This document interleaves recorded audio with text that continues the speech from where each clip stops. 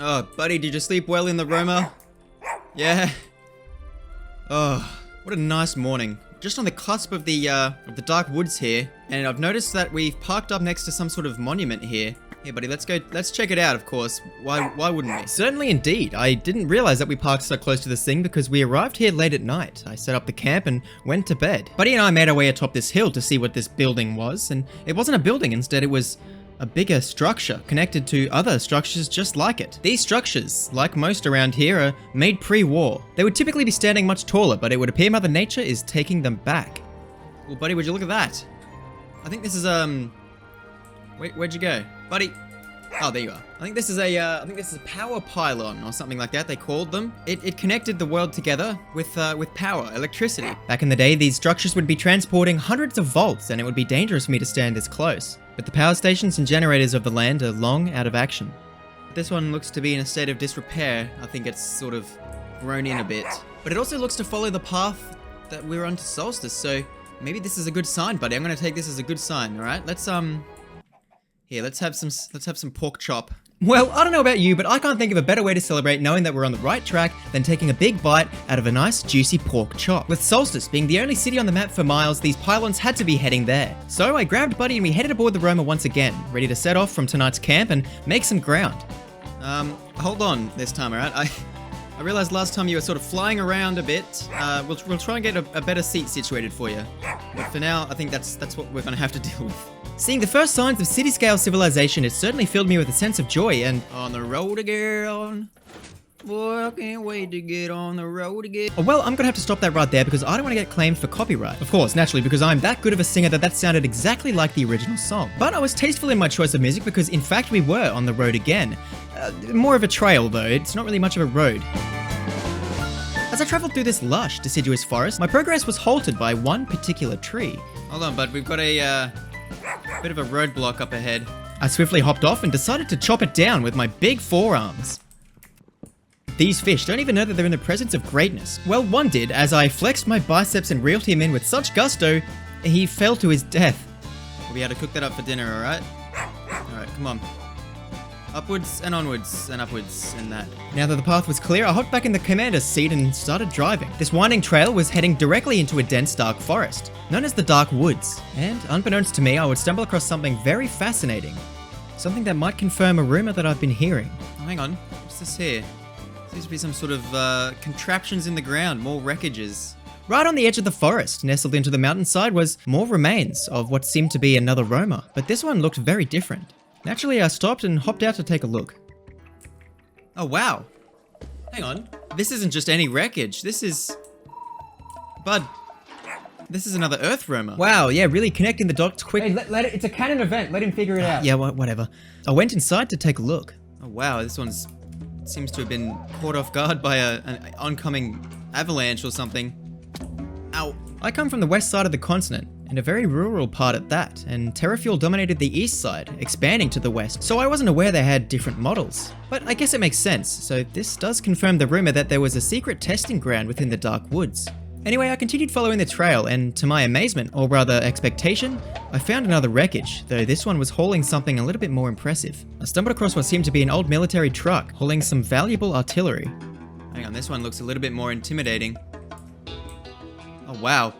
But I think this one was transporting some sort of artillery during the war. It seems like it didn't quite get out of the forest. There was rumored to be some like unknown testing grounds of Earth rumors, buddy, where Terrafuel would test all of their contraptions, but I mean, maybe it is out here. I don't know. Well, if the rumors are true, that means that there's a factory somewhere hiding out here and we might just find it. But of course, I decided to hop off and take a look. I mean, wouldn't you? I mean, in all fairness, I could have exercised a little bit more caution. But look, there was a seat and handles. It was calling my name. Oh, wow. Whoa! Oh, I did not know that this had ammunition in it.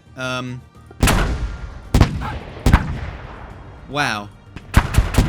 Wow, being in control of that much power was exhilarating. I need one. Wow, that's incredible. I mean, surely you're thinking what I am, bud. If we're gonna be coming across more raiders, you know, I'd like to be able to shoot back while inside the safety of the Roma. Like, come on. You can't stumble across this and not take it, right? Look, even staring at this like I am now, from a third-person perspective, yes, I would certainly take one of those and mount it aboard my car. So I tried to mine it, but I broke it. Oh. But, luckily for me, this truck was carrying a multitude of various artillery components. So I just dug through the rubble and found a barrel that fit. And once I acquired all of the components, I stashed them aboard the Roma and we were ready to set off again. Alright, buddy. Don't worry, this is for our own safety, alright? Alright, we'll have a look at that at whatever camp we can set up by. Hang on, is that another... Yeah, it seems to be another Roma. We must be close to something. These pylons are powering something. As we set off, following the path through the dark woods, it was clear that things weren't right. The path was far too narrow, and it was hard to see the direction in which it went. And while I was scouring ahead, looking for the path to go, I seemed to fall into a crack. No worries, I thought. The Roma will be able to climb out of it, and for the most part it did. The front wheel crawled out just fine, but the back wheel... Well, the back wheel got stuck. Oh, come on, we're not stuck. No, not like this. Not like this, come on. It was too dangerous for me to be stuck here with no way out. I threw it in reverse and tried to crawl out backwards. Okay. Halt. Now what do I do? I decided to reverse further and just try and go around this crack entirely, but the damn boulder strikes again. Now I have to actually do something. Okay, buddy. Hang on. Oh, well, I see the problem. We've fallen into a ditch. One that I clearly didn't see, and okay, we're stuck on another boulder, buddy, but this time I've got this pickaxe that we were able to make at the bandit... I'm not really surprised at this point. Whenever I do anything, it starts raining. For those of you who have watched the alternative Minecraft series, it's a common thing that seems to happen whenever I start recording. You know, Josh and I will be ready to go out on a big old grand quest, and it would start raining, forcing us to stay home for another day. But I don't have such luxuries here. I can't just stop and wait another day. I have to get out and get my hands dirty to get the Roma free to get moving again. But wow, I managed to get the Roma free and out of this hole in the time that it took me to complain about the rain. Happy days are ahead of us, except what is actually ahead of us is not a happy day. Hang on, what is that up ahead? I didn't think that we would have to cross this chasm. I think maybe we'd drive around it. The very crack in the ground that I was stuck in was only part of a chasm that spanned across the land, over which lay two fallen trees, the exact width apart as the Roma's wheels. Now this ravine is not mentioned in the map. It must be the result of tectonic shifts, earthquakes, or maybe explosions from the war. I hopped out to assess the situation. I'm sorry, but we have to go this way? You're kidding me. Oh, that is a long way down. Wow, into lava pits too. That's just great. Surely there's got to be a different way around. No, this is butted up right against the cliff, and this goes back as far as I can see that way. All right. Well, I'm not doing this in the rain, buddy. Buddy, we're gonna wait. All right, we're gonna stay here the night. I'm not risking both of our lives in the wet rain. Now, not often do I make a wise decision, but I think this time I did it. Merely walking across these logs was scary, as the rain resulted in the bark becoming slippery and wet. We held up here for the night, and the rainstorm progressed into a lightning storm. Oh wow, that was crazy. Wow. I spent the night huddled next to Buddy in a shack, watching over for safety. I got but 2 winks of sleep, knowing what I would have to do in the next day, drive across this log bridge. But before I knew it, the sun had risen and it was time to get started. And I wanted to take a look on the other side. You're a good boy, bud, alright? Don't ever let anyone tell you anything different. Oh, the rain is finally gone. Alright, buddy, let's check out this bridge. I gathered up my sleeping roll and headed towards the logs. With the sun beating down, the humidity rose as the water evaporated from the ground. A quick look around led me to some berry bushes, so I picked a few in order to feed Buddy and give a little treat to myself if I made it across this bridge. Well, I'll be damned if I was about to let Buddy walk across these on his own. No, I picked him up and took him across safely. Now that the rain had passed, I could see what was on the other side a little bit more clearly, and all the wreckages we passed seemed to make sense. Maybe these pylons weren't going to Solstice. I think they were going to this factory here. Well, the rumors were true. The building, it's right here in front of me. TerraFuel's testing grounds was smack dab in the middle of the dark woods. But why would they choose to be out here? It's so remote and dense. Well, I thought maybe that's what they wanted. Maybe they were planning to start construction on something big, something dangerous. Or maybe they just like the forest. I don't know. That's why there's so much power coming into this place with these pylons. Alright, well let's get this Roma across the bridge, alright? Come on. Well, the time had come. Seeing the factory on the other side was inspiration enough to hop in the seat of the Roma and drive it across this log bridge. I had been driving this Roma for about a week now, and I think I'm pretty accustomed to the controls, so I was confident in my abilities. While this vehicle doesn't have precise steering, I was able to wiggle it around and find the right line.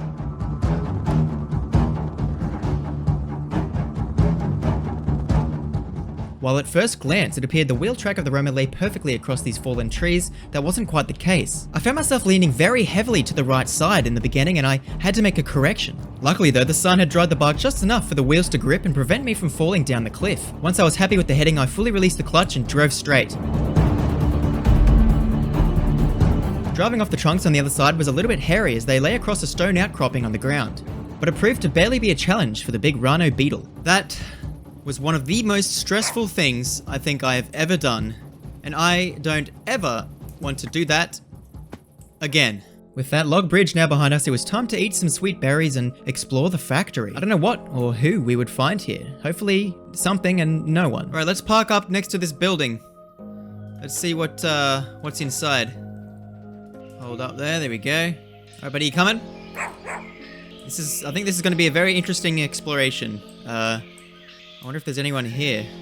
I brandished my revolver for intimidation. Don't let anyone know that I only had 3 rounds left though. I need to do something about that. But as I got closer to the entrance, I was amazed at how well Mother Nature is taking this building back. It seems as though she's getting her revenge after all the fossil fuels burnt in the beginning of this company. I made my way to the front door and noticed a smell. Whoa, I don't think there's just regular chemicals in there, but I think some weird things are growing in there, I don't know. It smelled as though there were 3 dead rodents, and maybe 2 more. But the smell quickly wafted to the back of my brain as I was astonished by what I saw. The building didn't seem too sinister. The rumors would have you believe that this is where they designed the atomic bombs to be used in the Great War. Though there was no warheads here, only cool machinery. Well, first off, look at this. Hey, this is our Roma. What has this got? The Versa Cruiser GX. Ultimate all-rounder vehicle engineered for versatility and So this must have been the most recent model that they came out with, and this is why it's on display here. Or maybe this was where they built this model, I don't know. Oh hey look, there's a picture of it right here. I never really knew where I stood with the rumors of TerraFuel being the ones that started the war, but with the very factory that I'm standing in, rumored to be responsible for designing atomic bombs, and well, the lack of bombs, I guess, I found myself leaning towards the framed hypothesis, where TerraFuel was merely framed by some other sinister company that was making similar advancements in technology. While yes, there was no shortage of incredible engineering feats here, there was certainly no bombs, no weapons of mass destruction, or at least the designs. On the front desk, however, was something that caught my eye. A bit of promotional product, I assumed. Oh, wait, look at this! But this is a little... Surely it'd be rude not to, right? With a scale version of our truck in my pocket with the initials AR Duck underneath it, I continued exploring the factory. I found a flight of stairs and proceeded up there with caution and found remains of previous life. The main factory or garage area where they would build or work on them. Oh, it doesn't look like it ended too well. I think there were some previous people trying to survive here. Well, let's go down and have a look at the factory floors. Back down the flight of stairs, there was a small door to the left, through which brought me to the factory floor. This must have been where the magic happened, building and creating some of the most sought-after machines the world had ever seen. These are our tires, bud. These are our wheels. I wonder if I can mount this up myself. And being such a factory, of course, it would have plenty of spare parts. To my left, I saw 2 gigantic spare wheels, and to my right, a gigantic floor-to-ceiling parts rack. It seems as though there was just about every component here to make an Earth Roma complete. Oh wow, combustion engines? And various components. Looks like clutches up there, some different exhaust or engine tubing, some links and some hubs. Wow, and then over here, look, there's chassis just hanging on the wall, ready to be built. You know, bud, maybe we can back our Roma in here and do some work to it. Look, we've put the armor on it, but we picked up that heavy artillery cannon. Maybe we can mount that here and even put one of those wheels back on, one of the new wheels. Let's see what we can do, huh? Seeing as though there was no trace of any recent human activity, I deemed it safe to hold out in for a couple of days. After all, I was looking for a place to do some work and install this artillery cannon onto the Roma, and what better place to do that than the actual factory it was made in itself. And of course it would start raining, but at least I was able to work inside. Even though it was a mission to get the thing inside there, it only just fit. Alright bud, I think we're in. I can't exactly shut the roller door because I took most of it out when I was backing in. The original Earth Romas didn't have that big old horn at the front that we decided to put on for intimidation. I think we can try and work on this Roma. These are the parts that I gathered along with what's inside the Roma. It had this yaw controller and then a cannon mount And then the mount, and the cannon was built in that mount. Oh yeah, and these cranks were here too. Well, considering it was raining outside and it was just about midday, there was no better time to start working on this cannon than now. I pieced it together exactly how I saw it on the truck yesterday, and to my amazement, somehow it worked. If I press this button, okay, it should be active, so I can now, yeah, look at this. With some simple hand cranks along the sides, I was able to rotate it along its pitch and yaw axis, essentially creating a manual targeting turret. If I could find a place to install this on the Roma with our shield plating, we would have the advantage in both defense and attack. And I think I know just the spot in the back of the Roma for this to sit. I think that's a great idea, bud. This is certainly going to be something to behold, that's for sure. All right. With the plan all laid out in my head, it was time to get started. And the longer we stay here, the longer we attract attention. So I wasted no time in hopping aboard the Roma and starting to bring this vision to reality.